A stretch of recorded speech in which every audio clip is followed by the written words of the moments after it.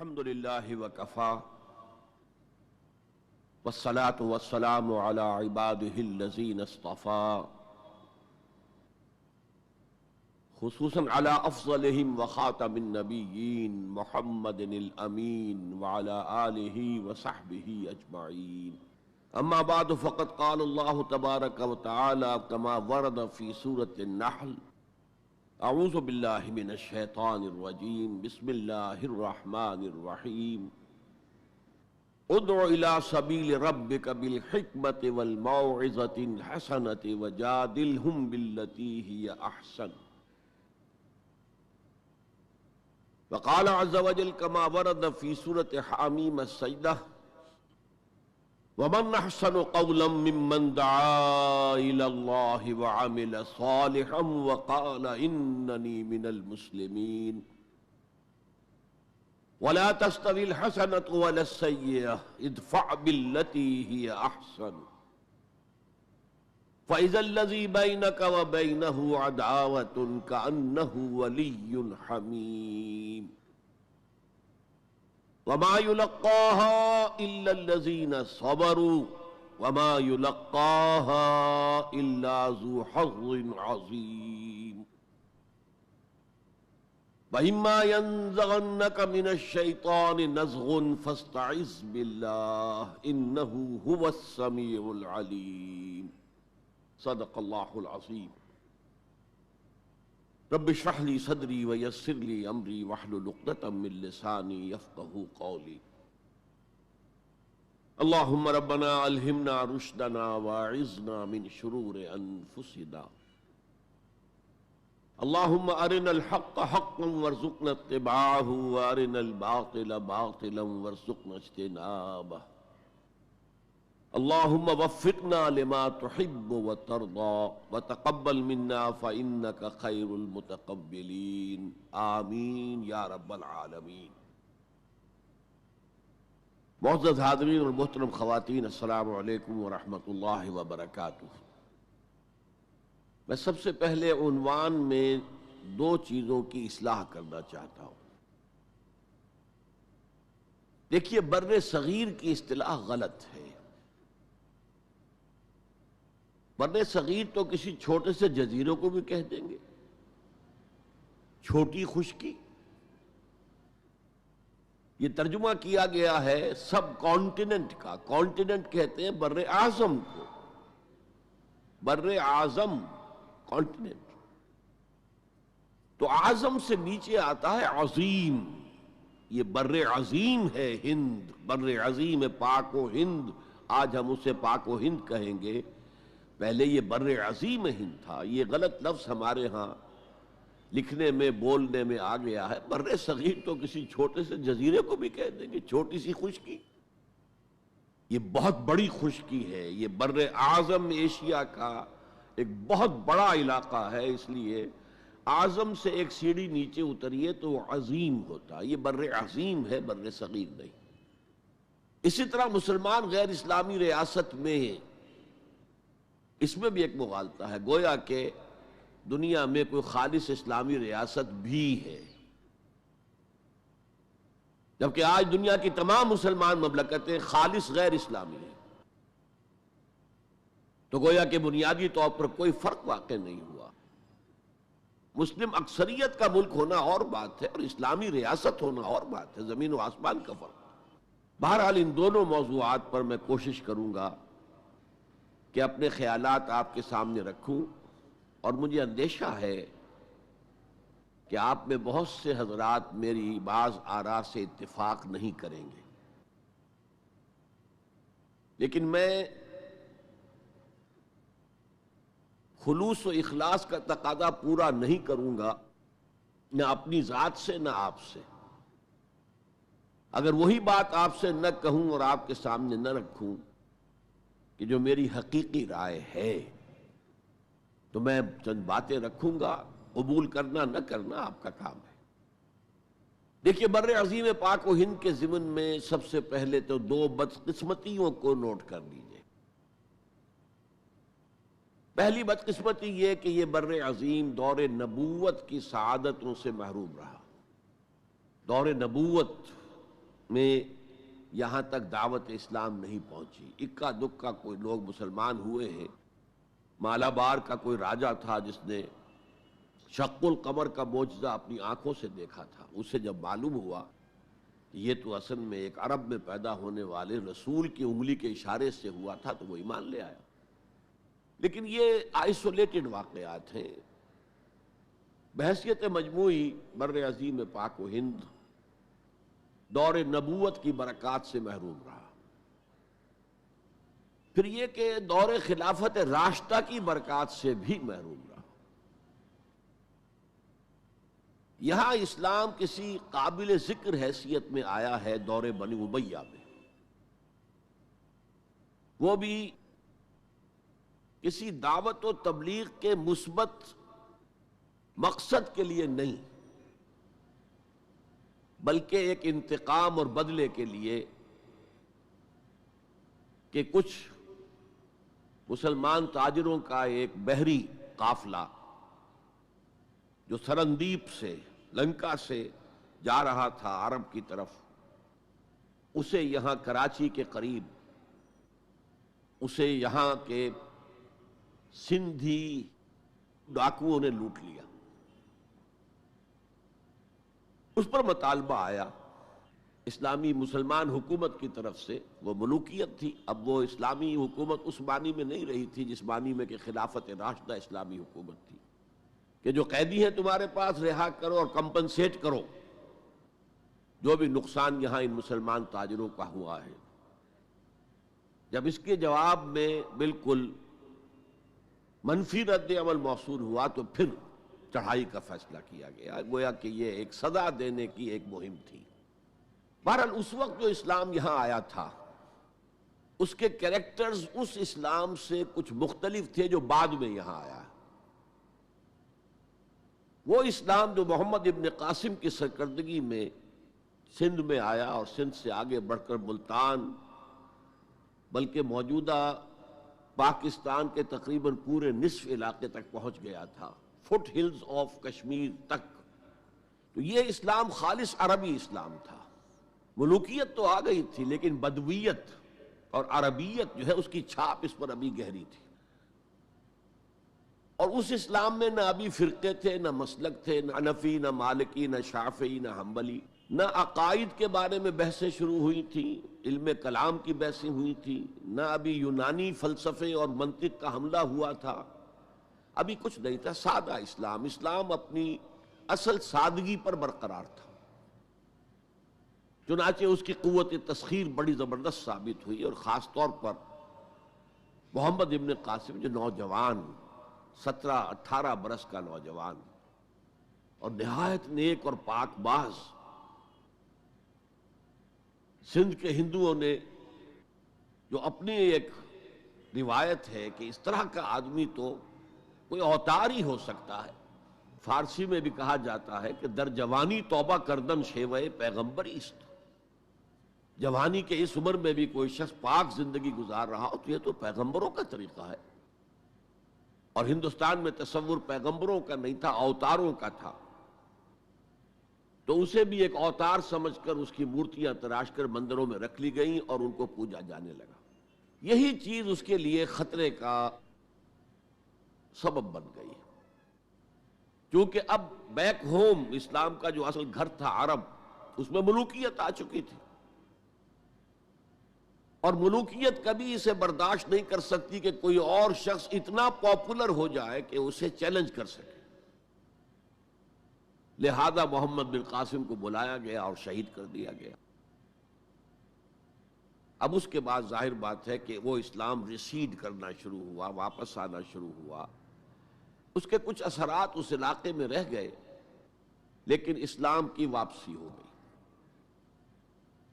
یہ اسلام کا پہلا ورود تھا بر عظیم کی سرزمین پر. اس کے بعد اسلام آیا ہے 300 برس بعد، اور اب یہ آیا ہے شمال مغربی سرحدی صوبے میں جو دریں ہیں، کوہ سلیمان میں، کوہ ہندو کش اور کوہ سلیمان میں. درہ خیبر ہے، درہ ٹوچی ہے، درہ گومل ہے، درہ بولان ہے، یہاں سے آنا شروع. اس اسلام کی خصوصیات کچھ اور تھی۔ ان 300 سالوں میں فقہی مسالک بھی پیدا ہو چکے تھے، حنفی، مالکی، شافعی، حنبلی، ان کے درمیان اختلافات بھی تھے، بحثیں بھی تھیں، مناظرے بھی تھے۔ دوسرے ایک خاص جو ہے تصوف کا فن جو ہے وہ بہت ترقی کر چکا تھا، اور اس میں اکثر و بیشتر وحدت الوجود کا تصور اس کی بنیاد میں موجود تھا۔ تیسری بات یہ نوٹ کیجئے کہ یہاں جو لوگ آئے وہ سب حنفی تھے، اور یہ ترک قبائل ہی تھے در حقیقت، اور ترکوں میں سے بھی غلام لوگ تھے، اسی لیے پہلا خاندان مسلمانوں کا یہاں خاندان غلامان کہلاتا ہے۔ ترک غلام تھے یہ، جو اپنی ذاتی صلاحیت اور اپنی استعداد کی بنا پر ترقی کرتے کرتے بادشاہت کے مقام تک پہنچے۔ عالم اسلام میں اس وقت 2 عظیم جگہوں پر غلاموں کی حکومت تھی، اور اس سے اندازہ ہو سکتا ہے کہ اسلام میں غلاموں کا فیوچر کتنا روشن ہے۔ ممالک، مملوک، یہ مصر میں حکمران تھے، وہ بھی غلام تھے۔ خاندان غلامہ، قطب الدین ایبک، شمس الدین التتمش، یہ سب کون تھے؟ غلام تھے۔ بہرحال اب جو اسلام آیا اس میں قیادت کی ایک تثلیث پیدا ہو چکی تھی، توحیدی شان نہیں رہی تھی۔ خلافت راشدہ میں قیادت توحیدی تھی، خلیفہ وقت ہی حاکم بھی تھے، خلیفہ وقت ہی مجتہد بھی تھے، عالم بھی تھے، اور وہی سب سے بڑے اللہ والے بھی تھے۔ لیکن اس کے بعد جو اسلام میں قیادت جو ہے مسلمانوں کی 3 شاخوں میں بٹ گئی۔ سیاسی قیادت وہ تو قبائلی عصبیت کی بنیاد پر قائم ہو رہی ہے، تو سیاست تو ہو گئی طاقت کے بل پر، جس کی لاٹھی اس کی بھینس۔ اس کے بعد جو اس دینی قیادت تھی وہ 2 حصوں میں منقسم ہو گئی۔ علمی قیادت، علماء، مفسرین، فقہاء، محدثین، اور ایک ہو گئی صوفیاء کی قیادت۔ تو یہ تھی کیفیت جس میں کہ بر عظیم پاک و ہند میں اسلام وارد ہوا ہے پہلے ورود کے 300 برس بعد۔ اب اس کے 500 برس کے بعد یہاں ایک اور ایلیمنٹ آیا، اور وہ تھا شیعیت کا۔ آپ کو معلوم ہے کہ سن 1000 عیسوی میں پاکستان کا جو علاقہ اس وقت کا ہے یہ عالم اسلام میں داخل ہو چکا تھا۔ شہاب الدین غوری وغیرہ کی حکومت وہاں تک تو تھی، البتہ دہلی پر 1206 میں تخت دہلی جو ہے مسلمانوں کا 1206 میں شروع ہوا ہے۔ بہرحال اس کے بعد ہم کہہ سکتے ہیں کہ 300 برس بعد یہاں پر یہ شیعیت آئی ہے، داخل ہوئی ہے، ورنہ اس سے پہلے خالص سنی اسلام تھا اور خالص حنفی۔ شیعیت کی وجہ سے جو کچھ بھی بعد میں اسلام کو یہاں پر اس تقسیم کی وجہ سے، شیعہ سنی اختلافات کی وجہ سے جو بہت بڑے بڑے نقصانات اٹھانے پڑے، ان میں سے مثلاً 2 کا میں تذکرہ کرنا چاہتا ہوں۔ ڈاکٹر امبیڈکر، انہوں نے فیصلہ کیا تھا میں مسلمان ہو جاؤں، گویا کہ یہاں کے اچھوتوں کا مسئلہ وہ اس طور سے حل کرنا چاہتے تھے کہ ہم ان بلاک مسلمان ہو جائیں۔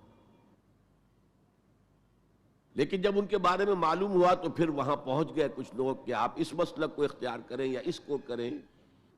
وہ اسی حیث بحث میں پھر انہوں نے فیصلہ کیا کہ میں کوئی بھی نہیں اختیار کرتا، اگر کوئی ایک اسلام ہے ہی نہیں، اب میں ایک کو اختیار کرتا ہوں تو دوسرے سے میری مخاصمت ہو جائے گی، دوسرے کو اختیار کرتا ہوں تو پہلے سے ہو جائے گی۔ اب اگلا دور آیا، ہندوستان میں انگریز آ گئے۔ یہاں موجود بہت سے غیر مسلموں کو شاید میری باتیں اب کچھ ناگوار گزریں، لیکن کچھ حقائق ہیں جو تلخ ہیں لیکن حقائق ہیں، انہیں سمجھنا چاہیے۔ انگریزوں نے یہاں آ کر حکومت چھینی سی مسلمانوں سے بیشتر، ویسے تو یہ کہ ہندو راجے مہاراجا بھی تھے، لیکن بیشتر علاقوں میں تو مسلمان حاکم تھے، لہذا انہوں نے مسلمانوں کو دبانا بہت ضروری سمجھا، اس لیے کہ جو سابق حاکم ہو ان میں ایسپیریشنز پیدا ہوتی رہتی ہیں کہ ہم تھے یہاں کے حاکم، کیوں نہ واپس حاصل کریں. بغاوت کے ان کے اندر جراثیم مسلسل پروان چڑھتے ہیں. مسلمانوں کو دبایا اور ہندوؤں کو اٹھایا. کیوں؟ کہ ہندوؤں کے لیے معاملہ صرف چینج آف ماسٹرز کا تھا، کوئی بڑا حادثہ تو نہیں تھا. پہلے مسلمانوں کے غلام تھے، اب انگریزوں کے غلام ہو گئے. اور اس اعتبار سے انگریز نے بھی انہیں قریب کیا اور ہندوؤں نے بھی مغربی علوم اور مغربی سائنسز کو پڑھنے میں بڑی سبقت کی. بنگال میں انگریز آیا اور بنگال میں آپ کو معلوم ہے اکثر و بیشتر جو سائنسدان پیدا ہوئے جن کی کہ لکھی ہوئی ٹیکسٹ بکس جو ہے بہت عرصے تک استعمال ہوتی رہی ہندوستان میں. یہ کون تھے؟ چیٹرجی، بینرجی، سب کے سب بنگالی تھے. ایک اور بات یہ ہے کہ ہندو اپنے ماضی سے بہت دور آ چکے تھے. ان کا ماضی عظمت والا، آخر اشوک کا دور بہت عظمت کا، چندر گپت موریہ کا دور بہت عظمت کا، وکرمادیتیہ کا دور بہت عظمت کا تھا، لیکن وہ اب بہت پیچھے جا چکے تھے. تقریباً مسلمانوں کی آمد کی وجہ سے 1000 سال کا فصل واقع ہو چکا تھا. لہذا تہذیب و تمدن کے لیے بھی، جیسے کہ انہوں نے مسلمانوں کے زمانے میں فارسی پڑھی، فارسی پڑھتے تھے، کوڈ لینگویج فارسی ہے، جیسے کہ پھر بعد میں مسلمان اور ہندو اور سب نے انگریزی پڑھی. ملازمتیں ملیں گے تو انگریزی پڑھنے والوں کو ملیں گی، راستہ کیریئرز کا کھلے گا تو انگریزی پڑھنے والوں کا کھلے گا. اسی لیے کہاوت تھی ہندوستان میں، پڑھے فارسی اور بیچے تیل، دیکھو رے قسمت کے کھیل. اب فارسی پڑھ کے تو اسے کہیں حکومت کے اندر اہلکار ہونا چاہیے، اس کی حیثیت کچھ اور ہونی چاہیے. فارسی پڑھ کے اور تیل بیچنا. جبکہ مسلمانوں کا معاملہ یہ تھا کہ ان کی تو ابھی تہذیب اور تمدن، ان کی روایات ابھی تازہ تھی. لہذا جو غیر مسلم تھے یہاں کے، انہوں نے انگریزی علوم، انگریزی سائنس، انگریزی تہذیب، اس کو کھلے دل کے ساتھ خوش آمدید کہا. اور مسلمانوں میں ایک زبردست ڈویژن ہو گیا. بلکہ ابتدائی ری ایکشن تو بہت سخت تھا، یک طرفہ تھا. ہم نہ انگریزی پڑھیں گے، ہم نہ انگریزی علوم سیکھیں گے، نہ سائنس پڑھیں گے. ہم تو اپنے کونوں کھدروں میں، اگرچہ جو سیلاب آ گیا ہے اس کو روکنے کی طاقت تو ہم میں نہیں ہے، لیکن ہم کونوں میں جا کر بیٹھ جائیں گے. قال اللہ قال الرسول.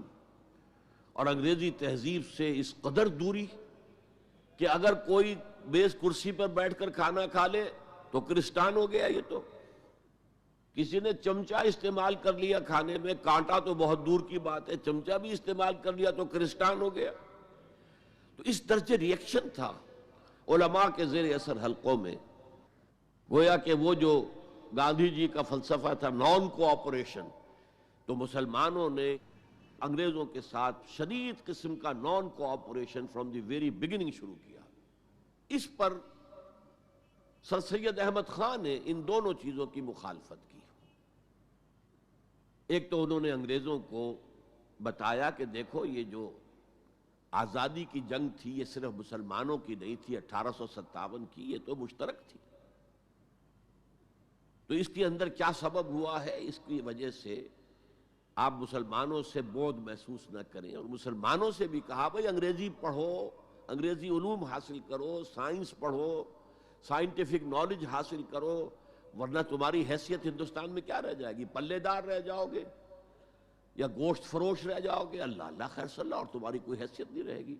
تو اس اعتبار سے سر سید احمد خان ایک اہم لینڈ مارک ہے. اس کے علاوہ انگریزی دور کا ایک اور جو پہلو بہت اہم ہے، انگریزوں نے ڈیوائیڈ اینڈ رول پالیسی کے تحت مسلمانوں اور ہندوؤں کے درمیان مرافرت کو ہوا دی. یہ ان کی پالیسی رہی مستقل. یہ ایک قوم کی حیثیت سے سامنے نہ آ جائیں، پھر ظاہر بات ہے کہ ہمارے پاؤں تو اکھڑ جائیں گے یہاں سے. تو یہ جو ہمارے ہاں شروع ہوا، کچھ اور فیکٹر بھی تھے. ہندوؤں میں ایک انتقامی جذبہ بھی تھا کہ مسلمانوں نے ہم پر حکومت کی ہے 800 برس، 1000 برس، اور ظاہر بات ہے سارے حاکم اچھے تو نہیں تھے، کوئی اچھا بھی تھا، تو اکثر و بیشتر تو عیاش قسم کے لوگ تھے. ہم نے محل بنائے، تاج محل بنائے، ہم نے کوئی کام اور تو کیا نہیں. دین کی تبلیغ تو اولیاء اللہ نے کیا، صوفیاء نے کی، کبھی بھی سرکاری سطح پر، حکومت کی سطح پر یہاں تبلیغ اسلام کا اہتمام نہیں ہوا۔ ایک دو ایکسیپشنز ہیں، ایک راجہ گجرات کاٹھیا واڑ کے علاقے کا جس نے کہ تبلیغ کا اہتمام کیا، ایک راجہ کشمیر کا تھا جس نے تبلیغ کا اہتمام کیا، باقی حکمرانوں نے کوئی کوشش نہیں کی۔ آزادی سے قبل متصلاً جو کیفیت پیدا ہو گئی تھی، اس کا ایک اہم فیکٹر یہ تھا کہ مسلمانوں میں ہندوؤں کا ایک خوف پیدا ہو گیا، کیونکہ جو نظام اب بن چکا تھا وہ تو یہ تھا کہ ووٹ کی بنیاد پر فیصلے ہوں گے، ون مین ون ووٹ۔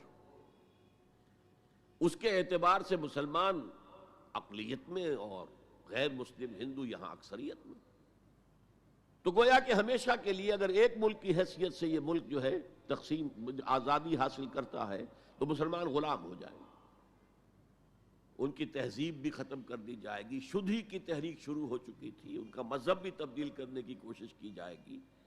میوات کے علاقے میں بڑی زبردست تحریک اٹھائی گئی تھی شدھی کی، جس کا توڑ کرنے کے لیے مولانا محمد الیاس رحمۃ اللہ علیہ سامنے آئے اور تبلیغی جماعت کا انہوں نے سلسلہ شروع کیا۔ یہ اصل میں میوات کے اندر جو شدھی کی تحریک تھی اس کا جواب تھا، اس سے حفاظت مسلمانوں کی۔ تو اندیشہ یہ تھا کہ ہندو ایکسپلائٹ کرے گا، ہماری تہذیب کو ختم کرے گا، ہماری زبان کو ختم کرے گا، معاشی طور پر ہمیں ایکسپلائٹ کرے گا، مفلوج کرے گا، اور اپنی سی کوشش کرے گا کہ ہمارا مذہب بھی تبدیل کرا دے۔ مسلمانوں کی ایک قومی جماعت، اگرچہ وہ شروع میں قومی اس کو کہنا غلط تھا، وہ نوابوں، جاگیرداروں، نوابزادوں ان کی جماعت تھی مسلم لیگ، جو 1906 میں قائم ہوئی۔ مسلمان عوام کا اس سے ساتھ کوئی نہ رابطہ تھا، نہ ان کا کوئی رابطہ عوام کے ساتھ۔ اس کی جو 1906 سے لے کر 1924 تک کی جد و جہد ہے، وہ ساری دفاعی جد و جہد تھی۔ ہمارے یہ حقوق ہونے چاہیے، ہمیں اس کی ایشورنس دی جانی چاہیے، ہمیں سیپریٹ الیکٹوریٹ دیا جائے، اور یہ کہ اس سے بھی آگے بڑھ کر ہمیں مرکز میں کچھ زیادہ حیثیت دی جائے تاکہ ہماری بھی کوئی حیثیت ہو، کوئی توازن پیدا ہو سکے۔ بس اسی پر ساری گفت و شنید تھی۔ اور اس کے ضمن میں محمد علی جناح جو ہیں وہ تو پروفٹ آف لو قرار دیے گئے تھے، اتحاد کا پیغام بر۔ وہ 1906 میں تھے انڈیا میں موجود، مسلم لیگ میں شامل نہیں ہوئے تھے، کانگریس کے رکن تھے۔ اس کے بعد 1913 میں جا کر مسلم لیگ میں شامل ہوئے ہیں مولانا محمد علی جوہر کے کہنے پر، پھر بھی کانگریس کے رکن بھی رہے، مسلم لیگ کے رکن بھی رہے، اور انہوں نے حتی الامکان کوشش کی کہ کوئی فارمولہ ایسا بن جائے جس پہ کہ اتحاد ہو جائے اور ضمانت مل جائے کہ مسلمانوں کے ساتھ کوئی اس قسم کا سلوک نہیں کیا جائے گا کہ وہ بالکل یوں سمجھیے کہ ایک نیچے لگ کر رہ جائیں اور ان کی کوئی حیثیت نہ رہے۔ لیکن وہ ناکام ہوئے، شدت کے ساتھ ناکام ہوئے، اور پھر اس درجے مایوس ہوئے کہ ہندوستان چھوڑ کر جا کر انگلستان میں بس گئے، اور وہاں انہوں نے اپنی لیگل پریکٹس شروع کر دی۔ ایس ایم اکرام صاحب جو ایک بڑے مصنف ہیں، آب کوثر، موج کوثر، رود کوثر کے جو مصنف ہیں، وہ اہم ترین کتابیں ہیں تین مسلم انڈیا کی، political as well as cultural history, ثقافتی جو معاملہ ہے وہ بھی ساتھ ساتھ ہر دور میں کیا اس کا رنگ رہا ہے، اس کو بہت ہی سمجھیے ایک بڑے ماہرانہ انداز میں انہوں نے بہت عمدگی کے ساتھ مرتب کیا ہے۔ وہ اس وقت آکسفورڈ میں پڑھ رہے تھے، طالب علم تھے، نوجوان۔ وہ ملے محمد علی جناح سے، اس وقت تک ابھی وہ قائد اعظم کا تو خطاب انہیں نہیں ملا تھا، محمد علی جناح، اور ان سے کہا آپ ہندوستان چھوڑ کے کیوں آ گئے، ہندوستان کے مسلمانوں کو تو آپ کی ضرورت ہے۔ تو انہوں نے سخت الفاظ کہے تھے کہ ہندو ناقابل اصلاح ہے۔ یہ اس وقت کی ہندو قیادت پر ان کا تبصرہ تھا،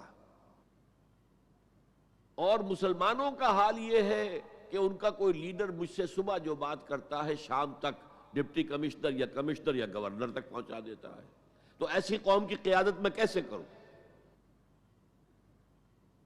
لیکن اصل میں ایک ٹرننگ فیکٹر آیا ہے، turning point in the history of Muslim league movement, and that was 1930۔ اس میں جو الہ آباد میں مسلم لیگ کا سیشن ہوا تھا، اس میں خطبہ صدارت دیا تھا علامہ اقبال نے۔ علامہ اقبال اس سے پہلے ہندوستان میں ایک سور پھونک چکے تھے کہ اب اسلام کی نشأت ثانیہ کا دور آنے والا ہے، اسلام جو ہے دوبارہ دنیا کے اندر برسر عروج آئے گا۔ ایک امید افزا صورتحال علامہ اقبال نے اپنی ملی شاعری سے پیدا کر دی تھی۔ کتاب ملت بیضا کی پھر شیرازہ بندی ہے، یہ شاخ ہاشمی کرنے کو ہے پھر برگ و بر پیدا۔ سبق پھر پڑھ صداقت کا، شجاعت کا، عدالت کا، لیا جائے گا تجھ سے کام دنیا کی امامت کا۔ نوا پیرا ہو اے بلبل کہ ہو تیرے ترنم سے، کبوتر کے تنے نازک میں شاہی کا جگر پیدا۔ اور ویسٹرن سویلائزیشن کو انہوں نے چیلنج کیا تھا، دیار مغرب کے رہنے والوں خدا کی بستی دکان نہیں ہے، کھرا جسے تم سمجھ رہے ہو وہ اب ذرے کم عیار ہوگا۔ تمہاری تہذیب اپنے خنجر سے آپ ہی خودکشی کرے گی، جو شاخ نازک پہ آشیانہ بنے گا ناپائیدار ہوگا۔ یہاں فرسٹ ورلڈ وار کے بعد جو عالم اسلام کی کیفیت ہوئی تھی، اس پر کس قدر یاس انگیز، نا امیدی سے بھرا ہوا مرثیہ مولانا حالی نے لکھا تھا۔ قوم کی زبان اس وقت وہ تھے، قومی شاعر۔ قومی شاعر جو ہے قوم کی زبان ہوتا ہے۔ پستی کا کوئی حد سے گزر نہ دیکھے، اسلام کا گر کر نہ ابھر نہ دیکھے، مانے نہ کبھی مد ہے ہر جزر کے بعد، دریا کا ہمارے جو اتر نہ دیکھے۔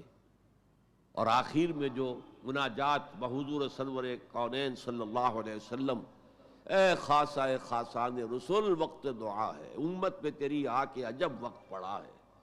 وہ دین جو بڑی شان سے نکلا تھا وطن سے، پردیس میں وہ آج غریب الغربا ہے۔ اسی قسم کے مرثیے علامہ شبلی نے کہے، مولانا حمید الدین فراہی نے کہے، لیکن اقبال پہلا شاعر ہے جس نے کچھ مرثیے بھی کہے ہیں۔ جب انگلینڈ جاتے ہوئے وہ گزر رہے تھے سسلی، جزیرہ سسلی کے پاس سے جہاز گزر رہا تھا، تو دل میں ہوک اٹھی ہے، کبھی یہ مسلمان جہاز رانوں کا مرکز ہوتا تھا، بیس ہوتا تھا۔ رولے اب دل کھول کر اے دیدہ خونابہ بار، وہ نظر آتا ہے تہذیب حجازی کا مزار۔ تھا یہاں ہنگامہ ان صحرا نشینوں کا کبھی، بحر بازی گاہ تھا جن کے سفینوں کا کبھی۔ کہا ہے، مرثیہ بھی کہا، اقبال کے ہاں مرثیہ ہے، لیکن ساتھ ہی ایک امید افزا پیغام کہ اب دوبارہ نکل کے صحرا سے جس نے روما کی سلطنت کو الٹ دیا تھا، سنا ہے یہ قدسیوں سے میں نے، وہ شیر پھر ہوشیار ہوگا۔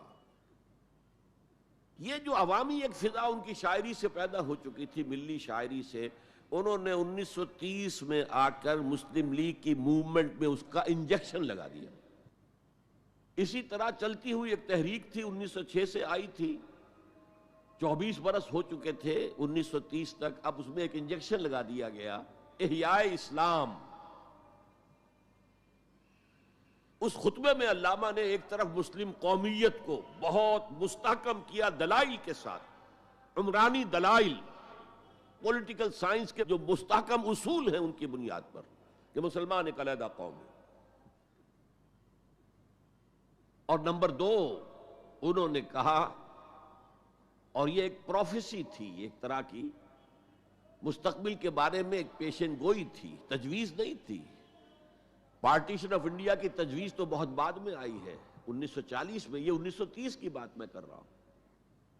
تو انہوں نے کہا تھا، مجھے یقین ہے کہ یہ ڈیسٹنی ہے، تقدیر مبرم ہے کہ ہندوستان کے شمال مغرب میں، شمال مشرق کا انہیں اس وقت احساس نہیں ہوا تھا، ایسٹ پاکستان کا جو اب بنگلہ دیش ہے ادھر ان کی نگاہ نہیں گئی تھی۔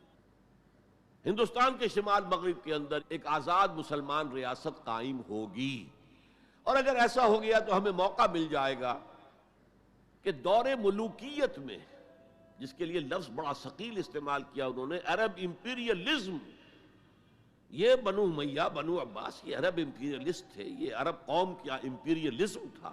ان کی حکومت اسلام کی عکاسی کرنے والی نہیں تھی، اسلام کی عکاسی کرنے والی تو خلافت راشدہ تھی، ابو بکر تھے، عمر تھے، عثمان تھے، علی تھے رضی اللہ تعالی عنہ۔ تو دور ملوکیت میں یا دور عرب امپیریلزم میں جو داغ دھبے آ گئے ہیں اسلام کے چہرے پر، انہیں صاف کر کے اور صحیح اسلام کی ایک شکل دنیا کو دکھائیں۔ یہ انجیکشن ہے پازیٹیو مقصد کا۔ اس وقت تک، اس سے پہلے تک تحریک صرف ایک منفی جذبے پر چل رہی تھی، ہندو کا خوف، ہندو اکثریت کا خوف، ایکسپلائٹیشن کا اندیشہ۔ لیکن اب اسے ایک مثبت بنیاد مل گئی۔ 1932 میں قائد اعظم گئے انگلستان، لندن، گول میز کانفرنس میں۔ جناح صاحب اس میں شریک نہیں تھے، اس لیے کہ وہ تو ویسے ہی سیاست کا میدان چھوڑ چکے تھے۔ اس موقع پر پھر علامہ اقبال نے ملاقاتیں کی ہیں جناح صاحب سے، اور وہی انجیکشن ان کو بھی لگایا، اور انہیں پھر آمادہ کیا کہ آئیں واپس ہندوستان، اور اس انجیکشن کے حوالے سے مسلمانوں نے ہند کو منظم کرے اور جمع کرے۔ تو یہ پھر تحریک پاکستان جو ہے، چونکہ مسلمانوں کے جذبات کے ساتھ اس کی ہم آہنگی، معجزہ ہو گیا کہ مسلم مائنورٹی کے پروونسز نے کس طریقے سے یکجا اور یکسو ہو کر اس موومنٹ کو سپورٹ کیا، حالانکہ انہیں معلوم ہے کہ کسی بھی حساب سے ان کے تو پاکستان میں شامل ہونے کا کوئی امکان تھا ہی نہیں، بلکہ تحریک مسلم لیگ اصل میں مائنورٹی پروونسز کی تحریک تھی۔ جو صوبے بعد میں پاکستان میں شامل ہوئے ہیں ان میں سرحد میں تو کانگریس کی حکومت تھی ٹل دی لاسٹ ڈیٹ، پنجاب میں یونینسٹ حکومت تھی ٹل دی لاسٹ ڈیٹ، صرف ایک سندھ تھا مغربی پاکستان میں کہ جو وہاں مسلم لیگ کی حکومت تھی۔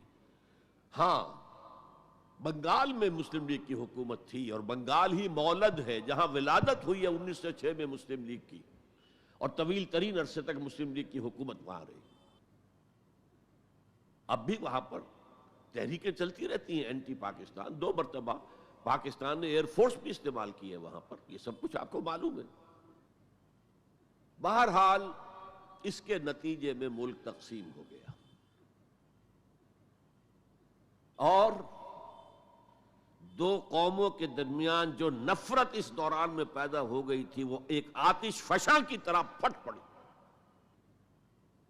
جو کچھ ہوا ہے پارٹیشن کے وقت، میں نے آپ کو بتایا تھا انگریزوں سے آزادی ہم نے حاصل کی، لیکن ہم نے نہ ایک انگریز کو مارا نہ کسی انگریز نے ہم میں سے کسی کو مارا، لیکن جو آپس کی خوریزی ہوئی ہے، تاریخ انسانی کی عظیم ترین ٹرانسفر آف پاپولیشن، کروڑوں انسان ادھر سے ادھر، ادھر سے ادھر ہو گئے، اور پھر عظیم خوریزی، بربریت، وحشت۔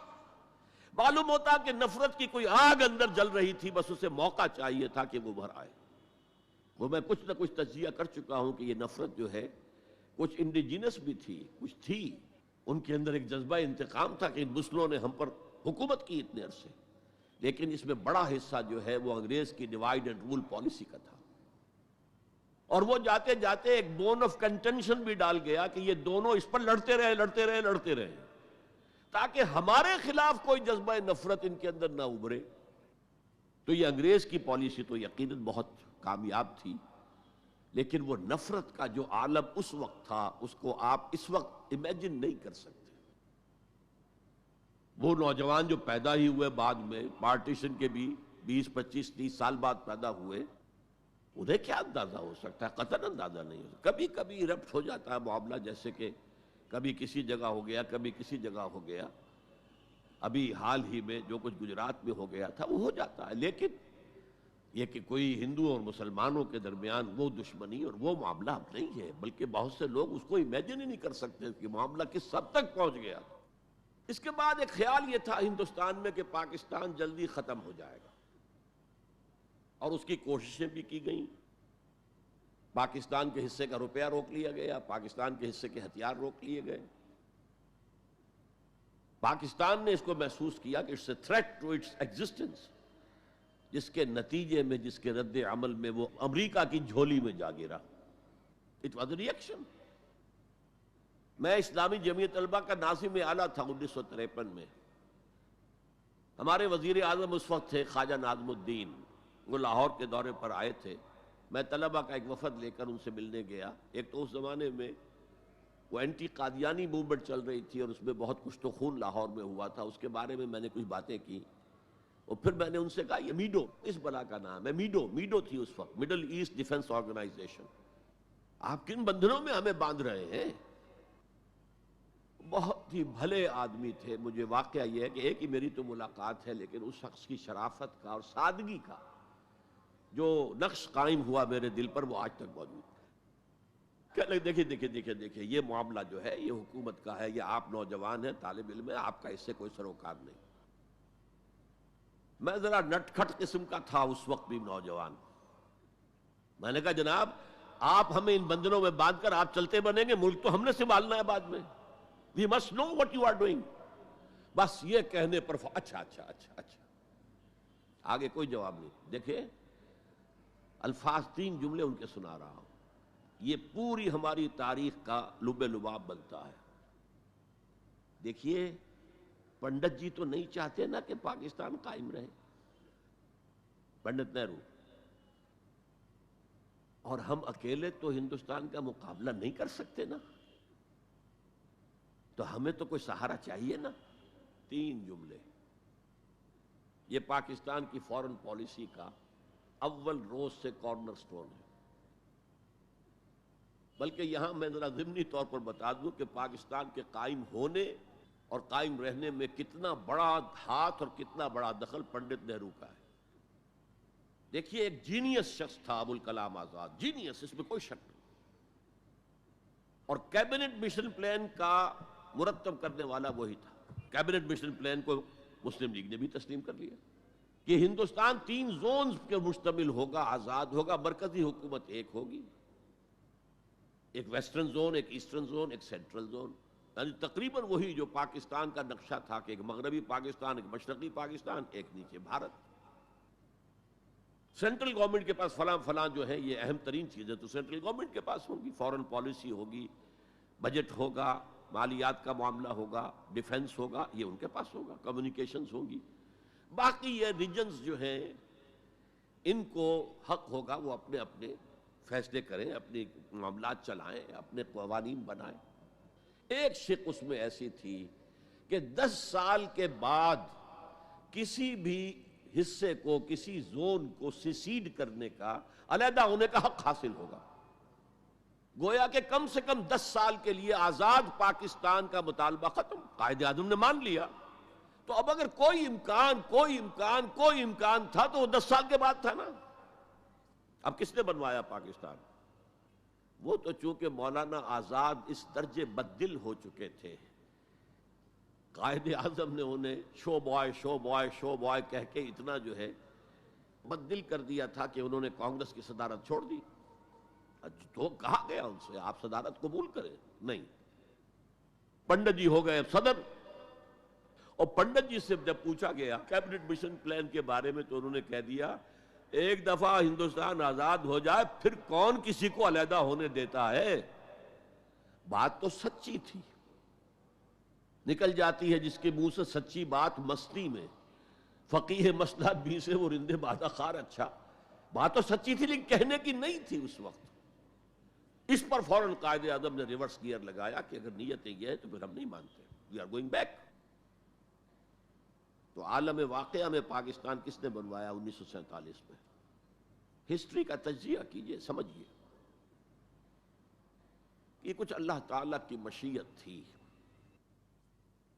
تمام انسانوں کے دل حضور کی ایک حدیث کے مطابق اللہ کی 2 انگلیوں کے مابین ہوتے ہیں، وہ جدھر چاہتا پھیر دیتا ہے۔ یہ اللہ کی حکمت تھی۔ اللہ چاہتا تھا کہ یہ مسلمانان ہند جو کہہ رہے ہیں اے اللہ ہمیں آزادی دے، انگریز سے بھی دے، ہندو سے بھی دے، تیرے دین کا بول بالا کریں گے، ہم تیرے نبی کا دین قائم کریں گے، تو اللہ ایک چانس دے کر دیکھ لینا چاہتا تھا کہ یہ کرتے کیا ہے۔ حالانکہ لارڈ ماؤنٹ بیٹن کی تجویز تھی کہ 14 اگست کو انڈیا پہلے اس کی فریڈم ڈکلیئر ہو اور 15 کو پاکستان کی ہو، تاریخ بدل جاتی ہے۔ یہاں کے پنڈتوں نے کہا کہ 14 جو ہے وہ منحوس دن ہے، لہذا انہوں نے کہا 15 تو 14 کو پاکستان، اور وہ 27ویں شب تھی رمضان مبارک کی۔ یہ اصل میں ایسا ہی معاملہ ہے جیسے کہ مصر میں بنی اسرائیل نے حضرت موسیٰ سے کہا تھا کہ اے موسیٰ تمہارے آنے سے پہلے بھی ہم پر تشدد ہوتا تھا اور ہمیں ہر طرح ستایا جاتا تھا، تمہارے آنے کے بعد بھی حال ہمارا تو وہی ہے، ہماری تو کوئی بھلائی نہیں ہو سکی۔ تو حضرت موسیٰ کا ایک جواب جو ہے وہ وہاں پر منقول ہے، عَسَىٰ رَبُّكُمْ أَن يُهْلِكَ عَدُوَّكُمْ، قریب ہے کہ تمہارا رب تمہارے دشمن کو ہلاک کر دے، وَيَسْتَخْلِفَكُمْ فِي الْأَرْضِ، اور تمہیں زمین میں طاقت دے۔ فَيَنْظُرَ كَيْفَ تَعْمَلُونَ، پھر وہ دیکھے گا تم کیا کرتے ہو۔ وہ انہوں نے جو کچھ کیا تھا وہ اس کی تاریخ میں آپ کے سامنے بیان کر چکا ہوں۔ اب صورتحال تبدیل ہو رہی ہے، اب تعلقات کے بحال ہونے کا معاملہ تیزی کے ساتھ جاری ہے، دوستی کی طرف قدم بڑھ رہے ہیں۔ بالکل وہ بات جو علامہ اقبال نے اپنے اسی خطبے میں کہی تھی کہ ویسٹ پاکستان، وہ جو بھی ہوگا، اس وقت پاکستان لفظ تو استعمال نہیں کیا تھا، وہ ہندوستان کی حفاظت کا ذریعہ بنے گا۔ ہندوستان پر ہمیشہ حملہ آور ہوا نارتھ ویسٹ سے، ہمالیہ کراس کر کے تو کوئی آ نہیں سکتا، اور تاریخ میں پہلی مرتبہ انگریز آئے تھے سمندر کے راستے سے، باقی تو جو آیا وہ کوئی ہن آئے، منگولز آئے، پٹھان آئے، جو بھی آیا ادھر ہی سے آیا ہے نا۔ تو یہ جو ہے ہندوستان کی پروٹیکشن کا ذریعہ بن جائے گا، اور واقعہ یہ ہے کہ بن گیا، ورنہ یہ کہ کمیونزم سویپ کر کے پورے انڈیا کو لے جاتا۔ یہ پاکستان کے اندر وہ جو بھی مذہبی جذبہ ہے، چاہے وہ مثبت طور پر بروئے کار نہیں آ سکا، لیکن بے خدا کمیونزم کے خلاف جو مسلمانوں میں جذبات تھے، تو اس رو کو، اس سیلاب کو روکا ہے پاکستان۔ بہرحال اب صورتحال جیسا کہ میں نے کہا ہے کہ عام طور پر بھی اب آمد و رفت کی سہولتیں کی جا رہی ہیں، اور میں سمجھتا ہوں کہ وہ نسل بھی اب بیت چکی ہے جس کے دل میں وہ انتقامی جذبات تھے۔ کوئی رہ گئے ہیں ریمننٹس، کچھ تھوڑے بہت کچھ لوگوں کے اندر، ورنہ بائی اینڈ لارج بحیثیت مجموعی وہ کیفیت اب باقی نہیں۔ امید یہ بھی ہو رہی ہے کہ کشمیر کا مسئلہ بھی حل ہو جائے یا ختم ہو جائے، ایز اے ڈسپیوٹ ختم ہو جائے۔ اللہ کرے کہ ایسا ہو جائے، اللہ کرے کہ ایسا ہو جائے، اور پھر بات وہ ہو جائے جو قائد اعظم نے کہی تھی جب ان سے پوچھا گیا تھا کہ ہندوستان اور پاکستان کے تعلقات کیسے ہوں گے۔ انہوں نے کہا جیسے کینیڈا اور یو ایس اے کے ہیں۔ اب آپ کو معلوم ہے کینیڈا اور یو ایس اے کے درمیان کتنے قریبی تعلقات ہیں۔ تو ان کا ویژن تو کچھ اور تھا، جو ہوا ہے وہ تو در حقیقت یو may call it کہ یہ تو در حقیقت ستم ظریفی ہے، جو بھی تاریخ کی ستم ظریفی ہے۔ جو ہوا ہے کیا ہوا، nobody could imagine، نہ کانگریس کے لیڈرز اور نیتا اس کا امیجن کر سکتے تھے، نہ مسلم لیگ کے لیڈرز جو ہیں وہ اس کو امیجن کر سکتے تھے جو کچھ ہوا ہے۔ میں نے یہ ساری بحث اس لیے کہی ہے کہ میرے نزدیک اب بر عظیم ہند کے اندر اسلام کی دعوت کے بہترین مواقع موجود ہیں۔ صورتحال تبدیل ہو رہی ہے اور تیزی سے مزید ہوگی، یہ حالات کا تقاضا ہے۔ It's a march of history جسے کوئی روک نہیں سکتا۔ لہذا یہاں پر اب مواقع ہیں اور بہت عظیم مواقع ہیں۔ اب اس میں چند پوائنٹ آپ کے سامنے رکھنا چاہتا ہوں۔ نمبر 1، روح کا تصور اور روحانیت کا تصور مشترک ہے ہندو مت میں اور اسلام میں۔ آتما اور پرماتما کا تعلق، ہمارے ہاں روح کا اور اللہ کی ذات کا تعلق۔ یسألونک عن الروح قل الروح من امر ربی، اور میں بتا چکا ہوں آپ کو، علامہ اقبال کا فلسفہ خودی انہوں نے خود کہا، سورہ حشر کی اس آیت سے ماخوذ ہے۔ یہ واقعہ بہت اہم ہے علامہ اقبال کی زندگی کا۔ سید نذیر نیازی جو ان کے قریب بیٹھنے والے ہم نشین لوگ تھے، انہوں نے خود کوٹ کیا ہے ہماری ایک قرآن کانفرنس میں لاہور میں، کہ ایک دفعہ میں نے علامہ سے پوچھا کہ کوئی شخص کہہ دیتا ہے کہ آپ کا جو فلسفہ برگزاں سے ہے یا نیٹشے سے ہے، کوئی کسی اور کا جو ہے کوڑی لے کر آتا ہے، جو فلسفہ خودی آپ خود کیوں نہیں بتاتے؟ What is the source of the philosophy of self؟ فرمایا کہ اچھا کل فلاں وقت آ جانا، میں تمہیں ڈکٹیٹ کرا دوں گا۔ وہ کہتے ہیں میں خوشی سے پھولے نہیں سمایا کہ یہ میری قسمت ہے، شاعر مشرق حکیم الامت مجھے لکھوائیں گے کہ ان کے فلسفہ خودی کی سورس کیا ہے۔ وقت معین پر میں آ گیا کاپی پینسل تیار کر کے، اور مجھ سے کہا ذرا قرآن مجید نکال لینا شیلف میں سے۔ میرے ساری امیدوں پر اوس پڑ گئی کہ مجھے تو خیال تھا ہسٹری آف فلاسفی کی کوئی کتاب نکلوائیں گے یا کسی اور فلاسفر کی کوئی کتاب نکلوائیں گے، یہ قرآن نکلوایا۔ کھولو سورہ حشر، پڑھو اس کی آیت، وَلَا تَكُونُوا كَالَّذِينَ نَسُوا اللَّهَ فَأَنسَاهُمْ أَنفُسَهُمْ۔ ان لوگوں کے مانند نہ ہو جانا جنہوں نے اللہ کو بھلا دیا تو اللہ نے انہیں اپنے آپ سے غافل کر دیا. یہ کون سا اپنا آپ ہے جس سے انسان غافل ہوتا ہے؟ کیا اپنے جسم کے تقاضوں سے غافل ہوتا ہے؟ جسم کو تو بڑا دھو کے اچھے سے اچھے صابن سے دھوئے گا اور جو ہے صاف کرے گا اور اچھے سے اچھی چیزیں اس میں لگائے گا، تیل لگائے گا اعلیٰ، اور سب کچھ کرے گا. ذرا سی تکلیف ہو جائے گی تو بھاگا جائے گا ڈاکٹر کے پاس. کس سے غافل ہے؟ اپنے حیوانی وجود سے غافل ہے کوئی؟ اس کے تقاضوں سے غافل ہے کوئی؟ یہ کوئی اور وجود ہے انسان کا جس سے وہ غافل ہوئے، وہ اس کا روحانی وجود ہے. اور یہی میں نے آپ کو بتایا تھا، اپنشد کا یہ جملہ میں پڑھ کر وجد میں آ گیا تھا. یہ بھی ایک اچھی بات ہے آپ کو بتا دوں. ایک زمانے میں جبکہ امریکہ میں نے کہا تھا تھر تھر کانپ رہا تھا، جو سیلاب کمیونزم کا جا رہا تھا، پورے ایسٹرن یورپ کو کھا گیا تھا وہ نظام، اور ان کے پاس توڑ کوئی نہیں تھا. دنیا بھر کے غریبوں کے لیے ایک روشنی کا پیغام تھا، ایک امید کا پیغام تھا. ہیو ناٹس کے لیے ایک بڑی اپیل تھی. کہاں سے کہاں وہ پہنچ چکا تھا، لیٹن امریکہ پہنچ چکا تھا. کوئی انویژن تو نہیں ہوا تھا. It was the invasion of the philosophy, invasion of an ideology, Marxism. تو انگریز جب کانپ رہا تھا امریکہ، تو اس نے ملینز کی تعداد میں قرآن شائع کیا، انگریزی ترجمہ، دی گلوریس قرآن، مارمیڈیوک پکتھال کا ترجمہ، اور مسلمانوں میں تقسیم کیا. بابا تم اپنے قرآن کو پڑھو، دیکھو، اپنے دین کے ساتھ جم کر رہو، اس بے خدا جو ہے یہ نظام، اس کو ترک کرو، چھوڑو. اور ہندوؤں کے لیے گیتا میں نے پڑھی اس وقت، انگریزی ترجمہ. اپنشد کا ایک سلیکشن تھا، وہ میں نے پڑھا. یہ مڈ 50s کی بات ہے، بلکہ سو ٹو سے اٹ واز ارلی 50s. جبکہ ابھی میں میڈیکل کالج کا اسٹوڈنٹ تھا، میں نے اپنشد پڑھا، گیتا پڑھی. اپنشد کا صرف ایک سلیکشن تھا، گیتا پوری تھی. وہ بھی اسی لیے کہ تم اپنے اپنے مذہب سے چپک جاؤ تاکہ کمیونزم کی طرف تمہارا رجحان نہ ہو. یہ اس کے اس خوف کا مظہر ہے.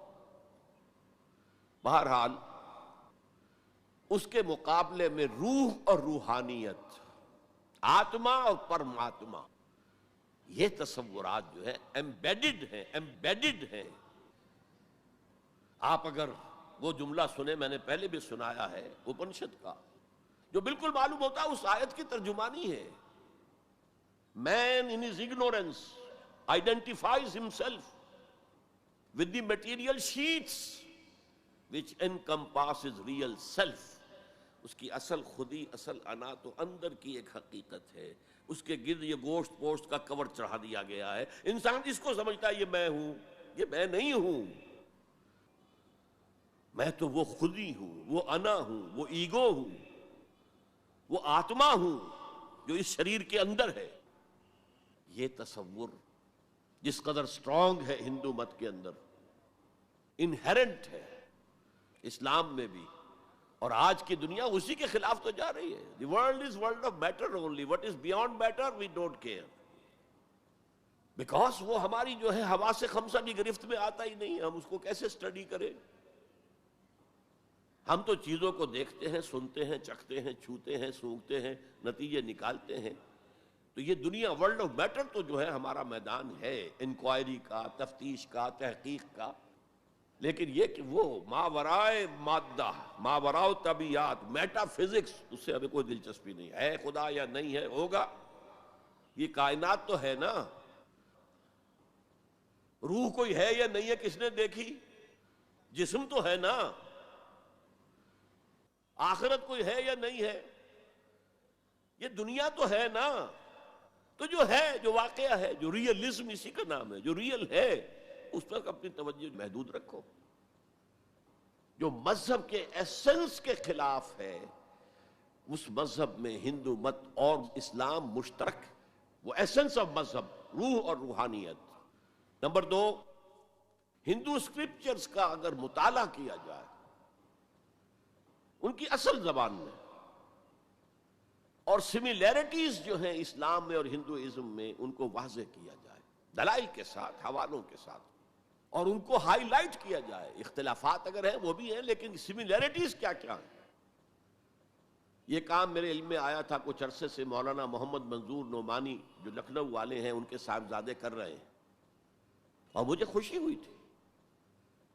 اب جو کچھ کیا ہے ذاکر نائک صاحب نے، وہ اتفاقی ہے کہ میں ٹیلی ویژن کھولا ہوا تھا، اس میں ان کا پروگرام آیا، میں نے پورا دیکھا ہے. وہ سملیرٹیز بٹوین ہندوازم اینڈ اسلام. اب میں اپریشیٹ کرتا ہوں، یہ کام کرنے کا ہے جو ہم نے نہیں کیا بدقسمتی سے. ہم نے یہاں آ کر یہاں کے لوگوں کے ذہن کو پڑھنے کی کوشش نہیں کی، ہم نے تو ان پر حکومت کی ہے. اللہ اللہ خیر صلی اللہ.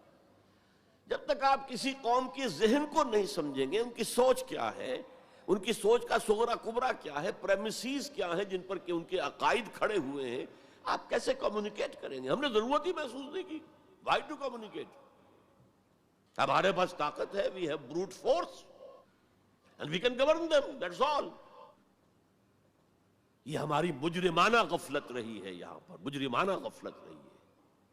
میرا بھی ایک واقعہ جو ہے اس ضمن میں بہت ہی سبق آموز ہے. آج سے 13 سال قبل میں ہندوستان جب آیا تھا 1991 میں، تو میں لکھنؤ بھی گیا تھا. وہاں مولانا علی میاں میرے منتظر تھے. پھر انہیں جانا تھا ضروری رائے بریلی، اپنے آبائی شہر. تو میں بھی ان کے ساتھ ان کی گاڑی میں بیٹھ کر گیا. 24 گھنٹے وہاں میں مقیم رہا. اس مسجد میں نماز پڑھی، 4-5 نمازیں پڑھی جہاں سے کہ سید احمد بریلوی رحمۃ اللہ علیہ نے اپنی ہجرت کا آغاز کیا تھا. وہاں میں نے ان سے ایک بات کہی کہ مولانا، دوسرے مدارس جو ہیں بریلوی اور دیوبندی، شاید وہ تو میری اس تجویز پر غور تو دور کی بات ہے، اس کو سننے پر بھی آمادہ نہ ہو. ندوہ نسبتاً کھلے خیال کا، کھلے ذہن کا سمجھا جاتا ہے نمائندہ. تو آپ ندوے میں سنسکرت کی تعلیم کو لازم کریں تاکہ آپ کے طلباء جو نکلیں وہ ویدوں کو پڑھیں ڈائریکٹلی، اپنشد کو پڑھیں ڈائریکٹلی. کہنے لگے ہاں یہ تو آپ نے بہت اچھی بات کہی، بہت صحیح بات ہے، بہت صحیح ہے. لیکن 2 سال کے بعد شکاگو میں ایک کانفرنس میں وہ بھی مدعو تھے، میں بھی مدعو تھا. ہم دونوں ملے. میں نے پوچھا مولانا وہ آپ نے کچھ کیا؟ کہنے لگے میں تو بھول ہی گیا. اس سٹیج پر وہ آ چکے تھے کہ وہ نسیان انہیں ہو گیا، انہیں یاد ہی نہیں رہا کہ مجھ سے انہوں نے وعدہ کیا ہے. لیکن میں نے یہ بات ان سے کہی تھی. میرے علم میں آیا یہاں ہی کہ ایک مصنف شمس نوید عثمانی، جن کی کتاب آپ نے پڑھی ہوگی اب بھی نہ جاگے تو، کافی دن ہو گئے میں نے وہ کتاب پڑھی تھی. اس میں ڈوبائے ایک فرینچ اورینٹلسٹ جو ہے، اس کی رائے انہوں نے کوٹ کی. میں حیران رہ گیا. وہ 40 برس تک انڈیا میں مقیم رہ کر اس نے ہندو اسکرپچرز کا مطالعہ کیا. And he came to the conclusion that Manu is actually Mahanooh. حضرت نوح علیہ السلام کا ذکر. منو، مہانوح، اور منو سمرتی جو ہے حضرت نوح علیہ السلام کی شریعت. یہ ایک کرسچن ہے، اس کی تحقیق ہے. اس تحقیق کو اب انہیں ہائی لائٹ کیا جائے، اسے عام کیا جائے، اس کو پہنچایا جائے. تو پھر وہ جو ہے مغایرت کے پردے جو حائل ہیں، وہ مغایرت کے پردے کچھ اٹھیں گے، ذہن کچھ کھلیں گے، بات کرنے کا، کمیونیکیشن کا موقع بنے گا. اب آ رہی ہے وہ بات جو میں سمجھتا ہوں کہ آپ کو اچھی نہیں لگے گی. میری رائے یہ ہے کہ کسی بھی صورت میں آپ کو سیکولرزم کی حمایت نہیں کرنی چاہیے. اسلام کی روح سے سیکولرزم کفر ہے، اور وہ اگر واگا کے مغرب میں کفر ہے تو مشرق میں بھی کفر ہے. آپ اس کی پروٹیکشن لینا چاہتے ہیں، اس کے امبریلا کے تحت آنا چاہتے ہیں. یہ آپ کی قومی جو ہے فرار، ورنہ سیکولرزم کس شے کا نام ہے؟ کیا اسلام کسی درجے میں کمپیٹیبل ہے اس کے ساتھ؟ سیکولرزم کا مطلب یہ ہے کہ آپ ایک سرکل بنا لیں، اس سرکل کے اندر ہے پولیٹیکو سوشو اکنامک سسٹم. یہ تو ہوگا، کسی بھی مذہب سے کوئی تعلق نہیں اس کا. عوامی حاکمیت جو بدترین شرک ہے، اس کی بنیاد پر جو پارلیمنٹ آئے، جو کوئی مجلس ملی آئے، جو کوئی کانگریس آئے، وہ جو ہے قانون بنائے. ہومو سیکشولیٹی کو جائز قرار دے، اجازت ہے. ہومو سیکشول میرجز کو رجسٹر کروائے، ٹھیک ہے. It has no reference to any religion whatsoever. ہاں، اس سرکل کے پیری فری پر چھوٹے چھوٹے سرکلز بنا دیجئے. یہ ہندو مت ہے، یہ اسلام ہے، یہ سکھ مت ہے، یہ بدھ مت ہے، یہ فلاں ہے، یہ کرسچینٹی ہے، یہ جوڈائزم ہے، یہ ہے تاؤزم ہے. یہ رہیں گے پیری فری پر. یہ انفرادی معاملہ ہے زندگی کا. اور اس میں آزادی ہے ہر ایک کو، جو چاہے بلیفز رکھے، ایک خدا کو مانے، 100 کو مانو، کسی کو نہ مانے، ٹھیک ہے، شہری تو ہے وہ، جس طرح چاہے پوجا پاٹ کرے، درختوں کو پوجے، پتھروں کو پوجے، بتوں کو پوجے، ایک ان سین خدا کو پوجے، جس کو چاہے پوجے، سورج کو پوجے، چاند کو پوجے، جو چاہے پوجے، سوشل کسٹم جو چاہے رکھے، بہرحال ہر ایک کا اپنا خیال ہے۔ ان چیزوں میں ہر شخص آزاد ہے، لیکن یہ political system, the criminal law, جو بھی ہے، پھر اکنامک سسٹم، سود، سیوا، سب جائز ہیں، کسی مذہب کے حرام قرار دینے سے ان کو نہیں روکا جائے گا، کسی آسمانی ہدایت کو دلیل کے طور پہ تسلیم نہیں کیا جائے گا، چاہے وہ تورات ہو، چاہے قرآن ہو، چاہے کوئی اور آسمانی کتاب ہو، ہندوؤں کی کتابیں ہوں، وہ تسلیم نہیں کی جائیں گی۔ This is not compatible with Islam. How can the Muslims accept it?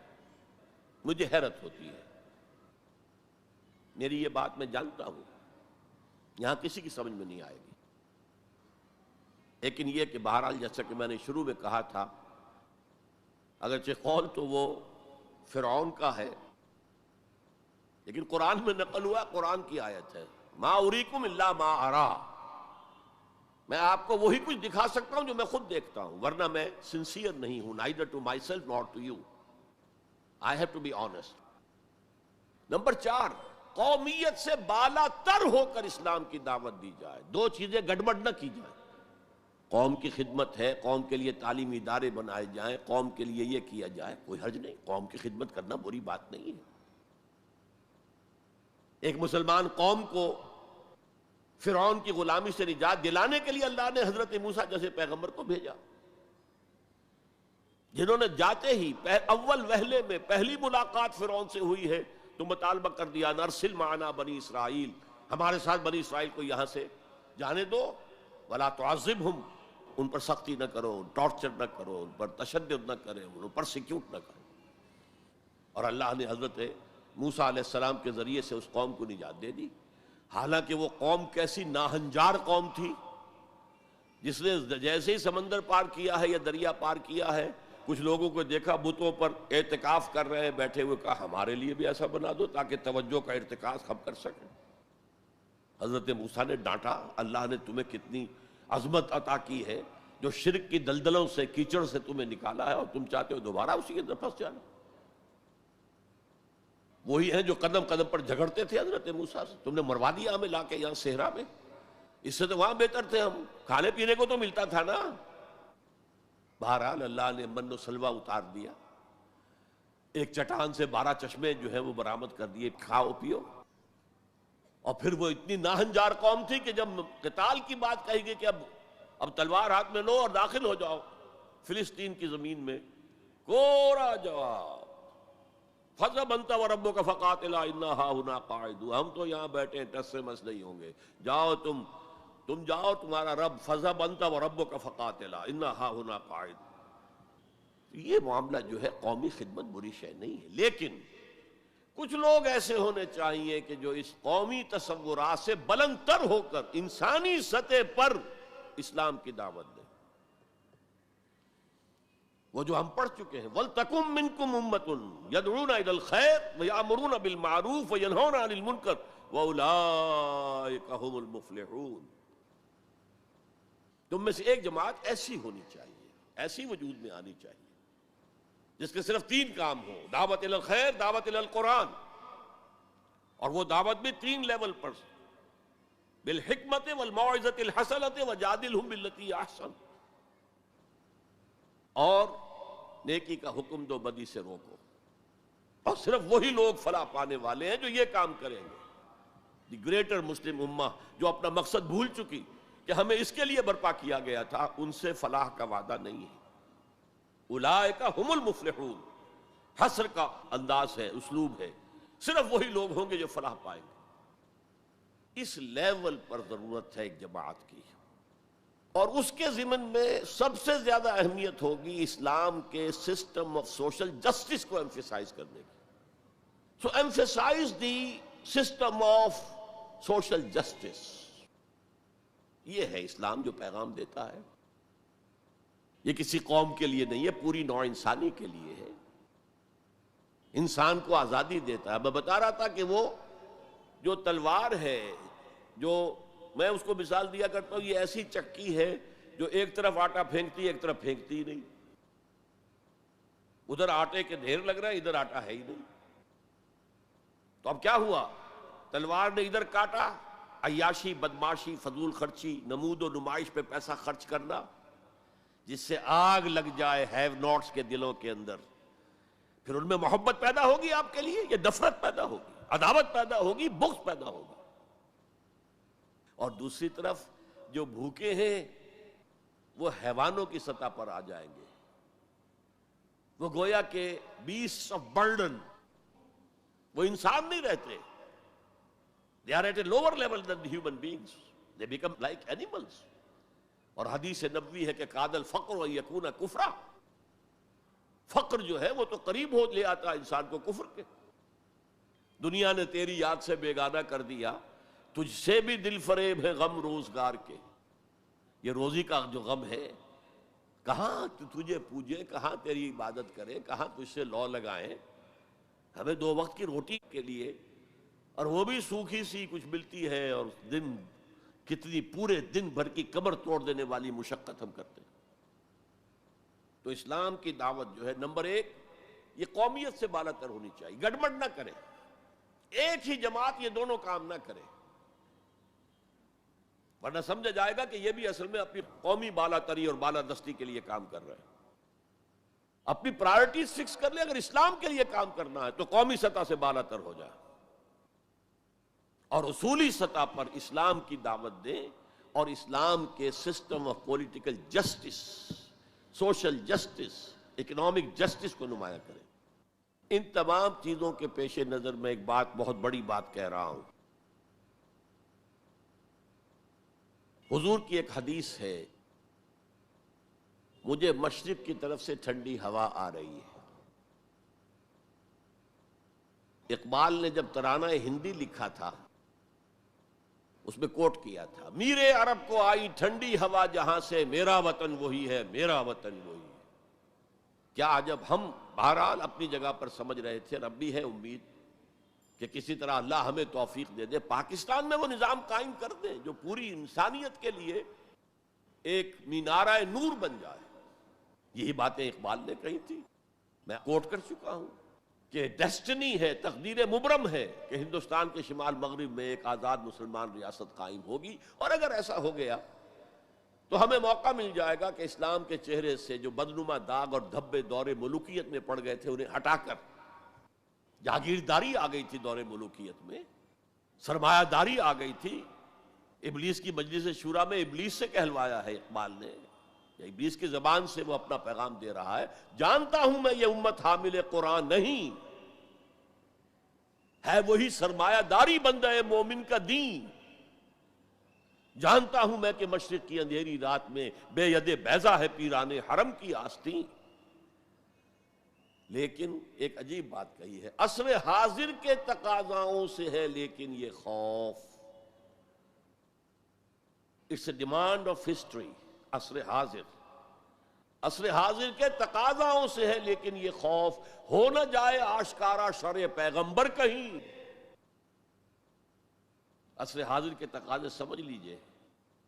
Capitalism کے رد عمل میں کمیونزم پیدا ہوا تھا، اب کمیونزم مر گیا ہے، اب کیپٹلزم بغلیں بجا رہا ہے. ثابت ہو گیا کہ ہمارا نظام liberal secular democracy and capitalism based on free market and interest and every thing, یہ بہترین نظام ہے، اس سے بہتر کوئی نظام نہیں ہے. دیکھ لو وہ مرا پڑا ہوا کمیونزم، اس کی قبر بن گئی ہے، جس پر کہ پھر ہنٹنگٹن نے کہا نہیں میرا بھائی، اسے غلطی لگ رہی ہے فوکویاما کو، ابھی کلیش آف سیویلائزیشنز ہونا ہے، ہوگا. بہرحال یہ جو نوید تھی کہ آئے گی ٹھنڈی ہوا،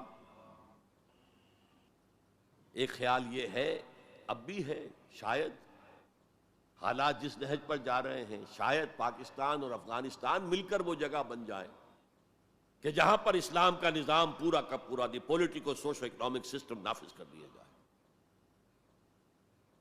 فیکٹس آن دی گراؤنڈز کے اعتبار سے کوئی آثار نہیں ہے، لیکن دیر کین بی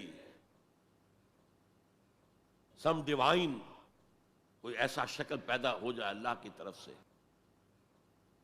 میں اس سے مایوس نہیں ہوں، ابھی بالکل مایوس نہیں ہوں، اگرچہ تاحال ہم فیل ہو گئے اس میں. ہم تو وہی نظام جو انگریز چھوڑ کر گیا تھا جو کا تو لے کر جا رہے ہیں. آپ بہت بہتر اس سے رہے اس اعتبار سے کہ آپ نے جاگیرداری کو تو ختم کر دی. ہمارے ہاں تو جاگیردار مسلط ہے، اور جہاں جاگیردار مسلط ہوگا اور 70% آبادی جو ہے وہ دیہی ہے، گاؤں کی ہے، جاگیرداروں کے انگوٹھے تلے ہے، وہاں سیاست کیا ہوگی؟ سیاست جو ہے وہاں پر it's the musical chair game of the jagirdars and lords, اور کچھ بھی نہیں.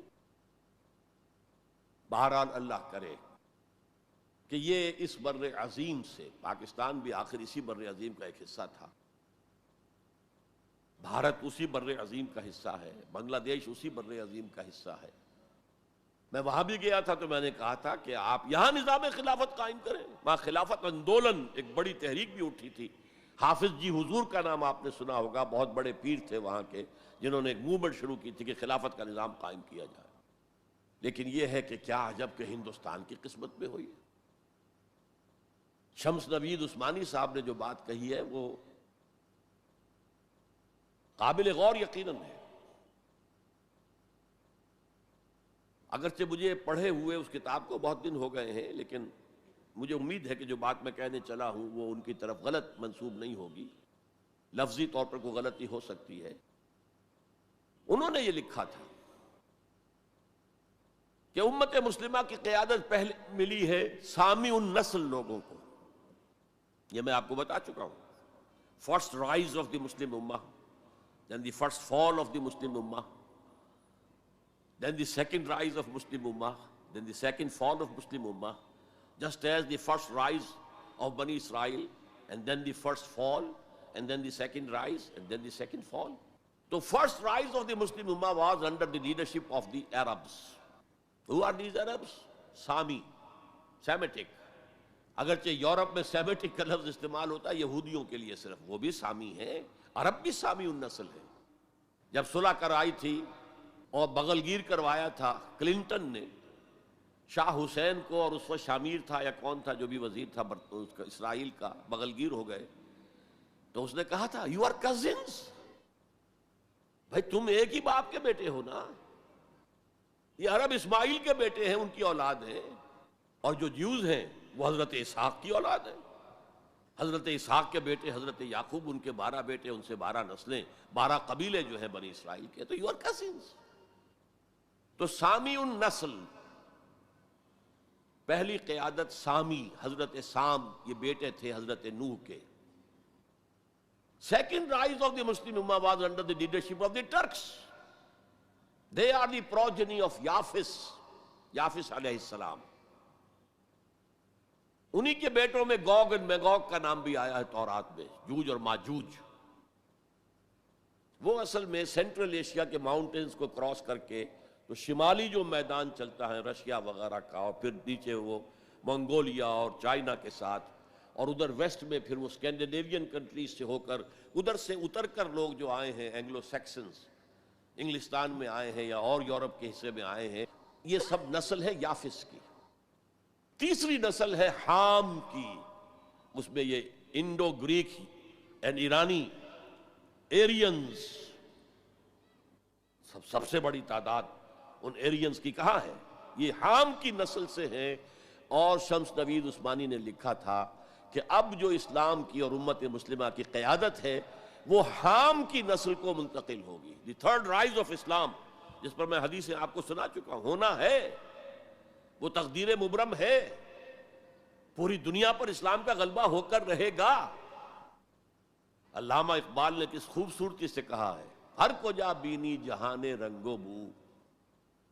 تم جہاں کہیں بھی رنگ و بو کا مظہر دیکھتے ہو، خوشنمائی، خوشبو، اچھی بات، اعلیٰ قدریں. ہر کجا بینی جہان رنگ و بو، زاں کے از وہ آیت آرزو، جس سے کہ آرزو پیدا ہوتی، امنگ پیدا ہوتی ہے. یا ز نور مصطفیٰ اورا بہاست، یا ہنوز اندر تلاش مصطفیٰست. یا تو حضرت محمد مصطفیٰ صلی اللہ علیہ وسلم سے وہ نور مستعار لیا گیا ہے.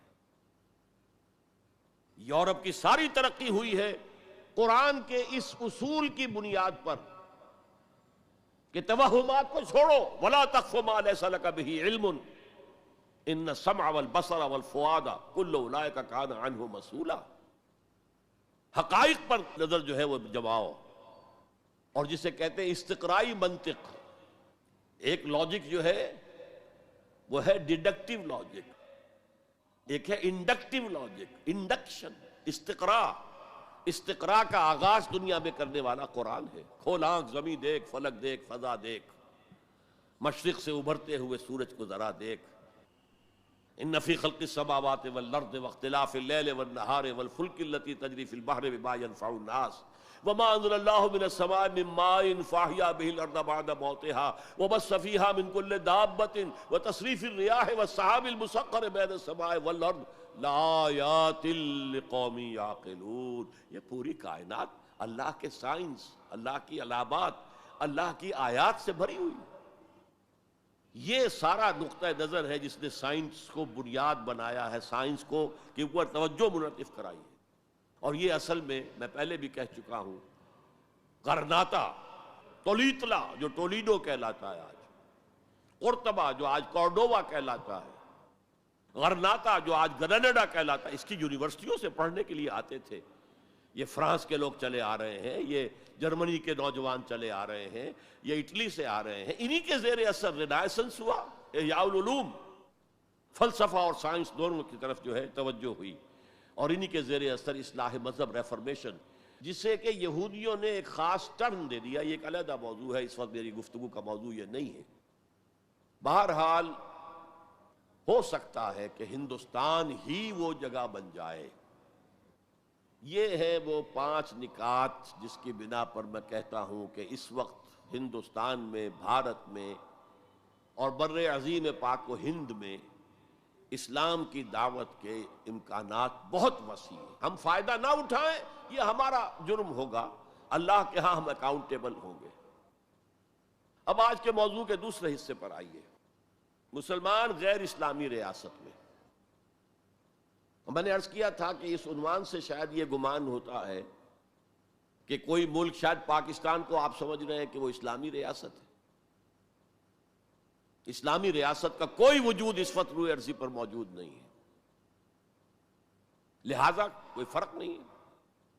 اس پہلو سے کوئی فرق واقع نہیں ہوتا. مسلمان اکثریت کا ملک، مسلمان اقلیت کا ملک، کیا فرق واقع ہوا؟ کوئی فرق واقع نہیں. اس لیے کہ اوپر تو نظام جو ہے وہی طاغوت کا نظام ہے، وہی سیکولر نظام ہے، وہی انٹرسٹ بیسڈ اکانومی کا جو ہے نظام ہے، وہی بے حیائی، بے پردگی اور فحاشی کا نظام ہے جو چلا آ رہا ہے، اور جس کو وہ اب social engineering programme under the United Nations organisation, social engineering, جس کے اصول کیا ہے؟ پروسٹیٹیوشن کو بھی ایک باعزت پیشہ قرار دیا جائے. ان کے لیے نام جو ہے کوائن کیا گیا سیکس ورکرز. ہومو سیکسولیٹی کو بھی ایک نارمل اورینٹیشن قرار دیا جائے. نارمل ہے، نارمل نہیں ہے. Nobody should object to it.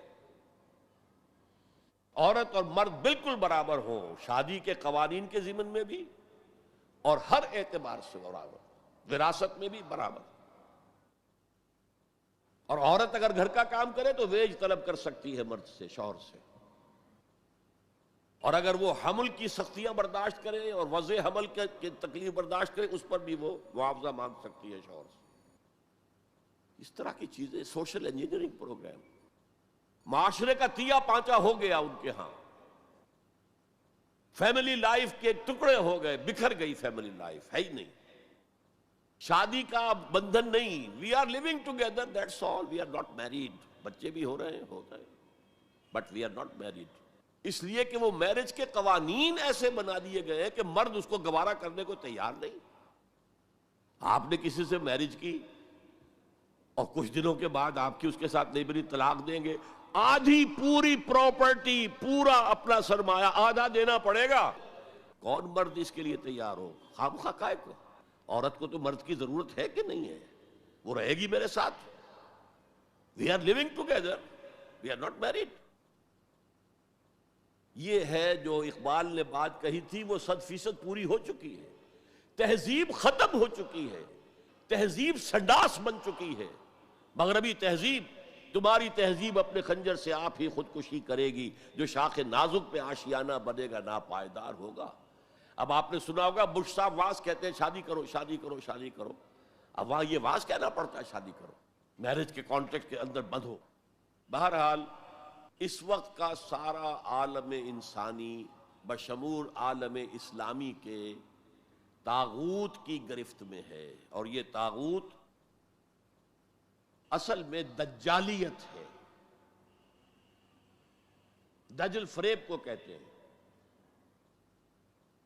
اللہ کی ذات کے اوپر اس کائنات کا پردہ آ گیا ہے. ہم اس کائنات کو پوج رہے ہیں، کائنات کو پڑھ رہے ہیں، سیکھ رہے ہیں، سمجھ رہے ہیں، خدا کو بھول گئے. حیات اخروی پر حیات دنیاوی نے پردہ ڈال دیا ہے. دجل اصل زندگی وہ ہے، اسے بھول گئے ہیں اور اس زندگی میں مگن ہے، گم ہے. کافر کی یہ پہچان کے آفاق میں گم ہے، اور مومن کی یہ پہچان کے گم اس میں ہے آفاق. یہ سارا نظام دجالیت کا نظام ہے، اور پورے عالم اسلام پر یہ حاوی ہے، مسلط ہے. کوئی ایک ملک بھی اس سے بچا ہوا نہیں. اس پس منظر میں دیکھیے، اسلام ایک اصولی انقلابی دعوت ہے. بدلو اس نظام کو، بدلو اس نظام کو. یہ جتنا کام مشکل پاکستان میں اتنا ہی یہاں ہے. کیا فرق ہے؟ 57 سال ہو گئے ہمیں. جو ملک لیا تھا اسلام اسلام اسلام اسلام کی رٹ لگا کر، وہ کہاں اسلام لایا؟ مسجدیں عالی شان بنا دی ہیں، ٹھیک ہے، لیکن اس کے علاوہ کیا؟ کہاں ہے اسلام؟ کہاں اسلام کا سیاسی نظام؟ کہاں ہے اسلام کا معاشی نظام؟ کہاں ہے اسلام کا معاشرتی نظام؟ مخلوط معاشرہ ہے. صدر ضیاء الحق نے جب PIA کو ڈرائی کیا، شراب اس میں سرو کرنی بند کر دی، ورنہ پہلے انٹرنیشنل فلائٹس میں شراب سرو ہو جاتی تھی، لیکن اس نے بند کی. میں نے کہا، اور میں اس زمانے میں ان سے کچھ قریب تھا، میں نے کہا آپ نے بڑا اچھا کام کیا. دنیا تو یہی کہے گی کہ دقیانوسی آدمی ہے، یہ کیا کر رہا ہے. لیکن میں نے کہا آپ نے ایک چیز جو حرام ہے وہ تو بند کر دی ہے. دوسری چیز، یہ ایئر ہاسٹسز جو جاتی ہیں، یہ کون سی شریعت کی روح سے جائز ہے؟ آپ حج پر نہیں جانے دیتے مسلمان عورت کو محرم کے بغیر. حالانکہ عام طور پر ادھیڑ عمر کی عورتیں، بڑی عمر کی عورتیں جاتی ہیں حج کے لیے، محرم کے بغیر نہیں جائے گی، نہ عمرے پر جائے گی. اور یہ جوان لڑکیاں جو جا رہی ہیں، ان میں کے ساتھ کون سا محرم ہوتا ہے؟ چپ، خاموش، کوئی جواب نہیں. میں نے کہا کیا کھانے اور ناشتے کی ٹرے جو ہے وہ مرد نہیں رکھ سکتے آگے؟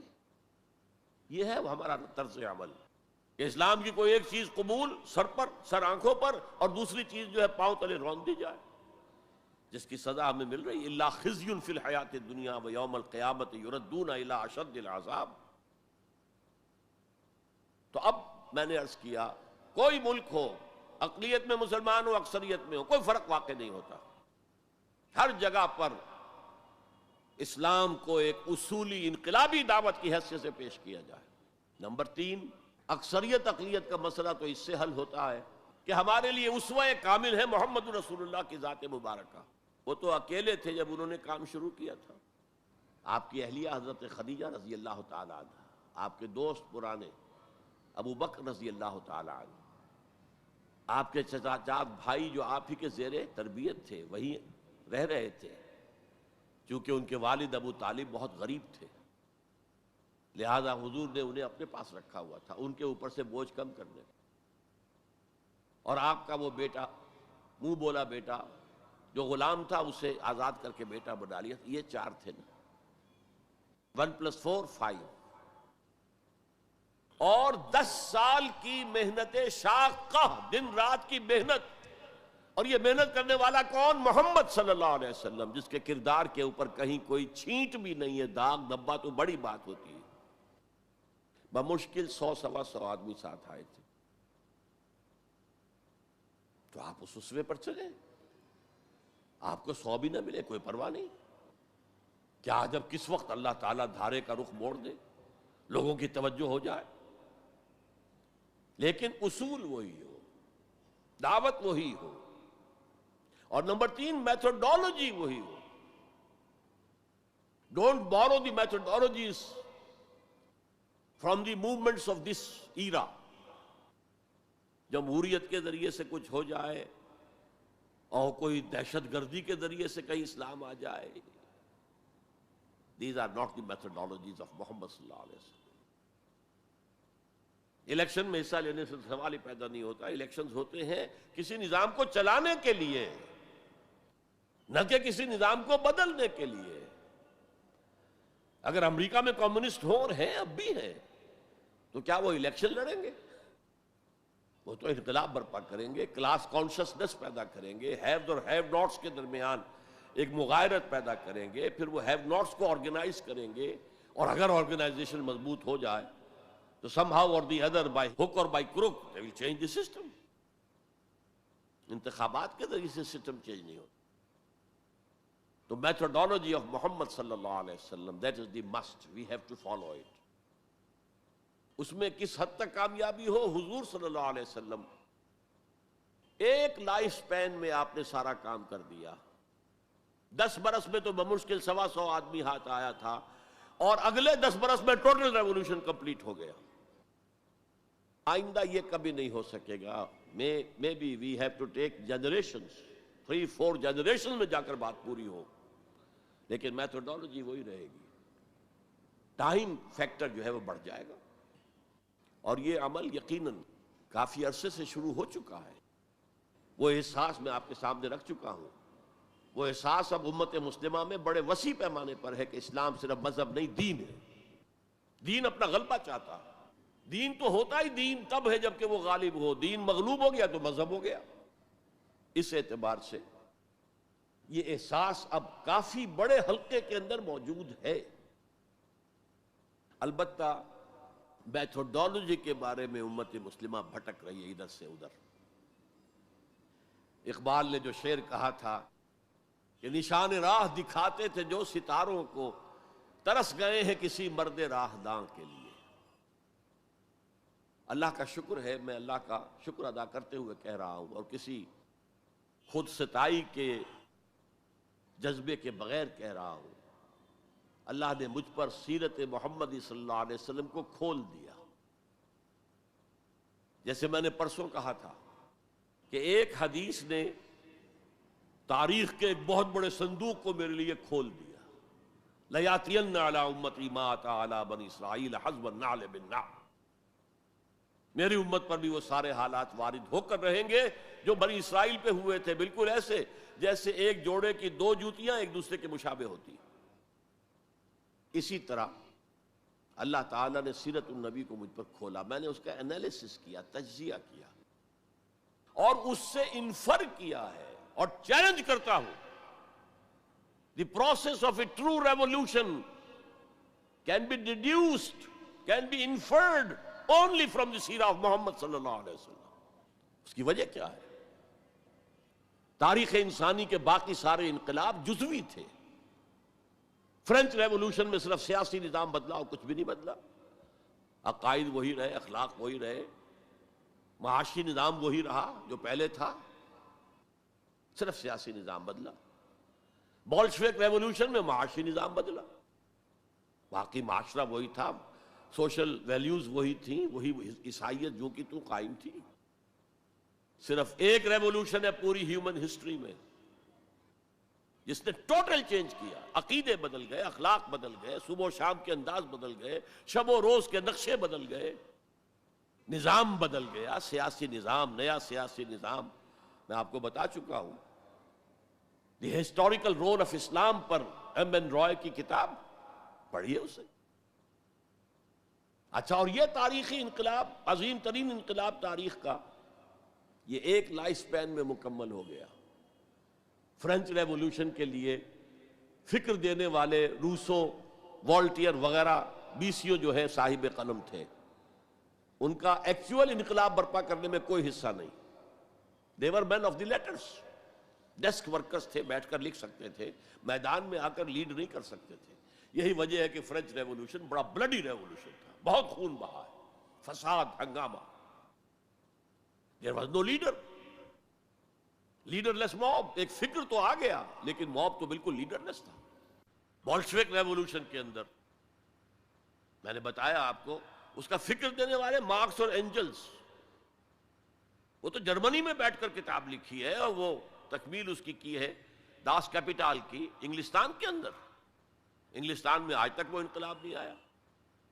یہ مونشوکس اینڈ بولشوکس نے رشیا کے اندر اور عین وقت کے اوپر آ کر لینن نے اس کی قیادت سنبھال لی, ہائی جیک کیا. ادروائز دی مونشوکس ور مور امپورٹنٹ.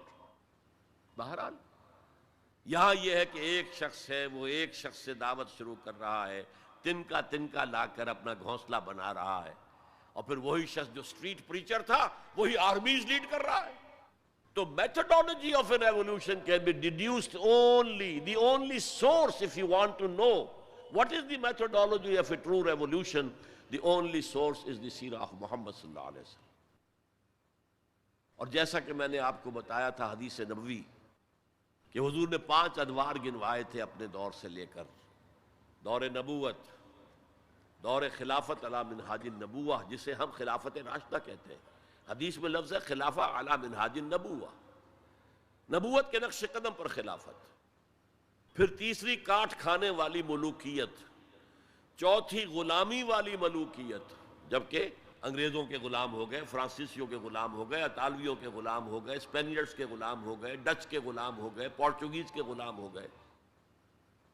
اور اس کے بعد آپ نے فرمایا پھر خلافت علی منہاج النبوت کا دور آئے گا. اور اس کے ضمن میں امام مالک رحمۃ اللہ علیہ کا ایک بڑا ذری قول ہے, لن يصلح آخر هذه الامہ الا بما صلح به اولها. اس امت کے آخری حصے کی, آخری حصہ کون سا ہوگا؟ خلافت علی منہاج النبوہ. آخری حصے کی اصلاح ہرگز نہیں ہو سکے گی مگر اسی طریق پر جس طریق پر کہ پہلے حصے کی اصلاح ہوئی تھی, طریق محمدی صلی اللہ علیہ وسلم. ہم جب دیکھتے ہیں محمد کا نقشہ مکے میں صلی اللہ علیہ وسلم, تو وہ نبی تھا یا نہیں تھا یہ تو علیحدہ ہے, لیکن نبیوں کا سا نقشہ ہے. درویشی ہے, لوگ گالیاں دے رہے ہیں, کوئی پاگل کہہ رہا ہے, وہ دعائیں دے رہے ہیں. پتھراؤ کیا جا رہا ہے, وہ پھر بھی بد دعا نہیں دیتے.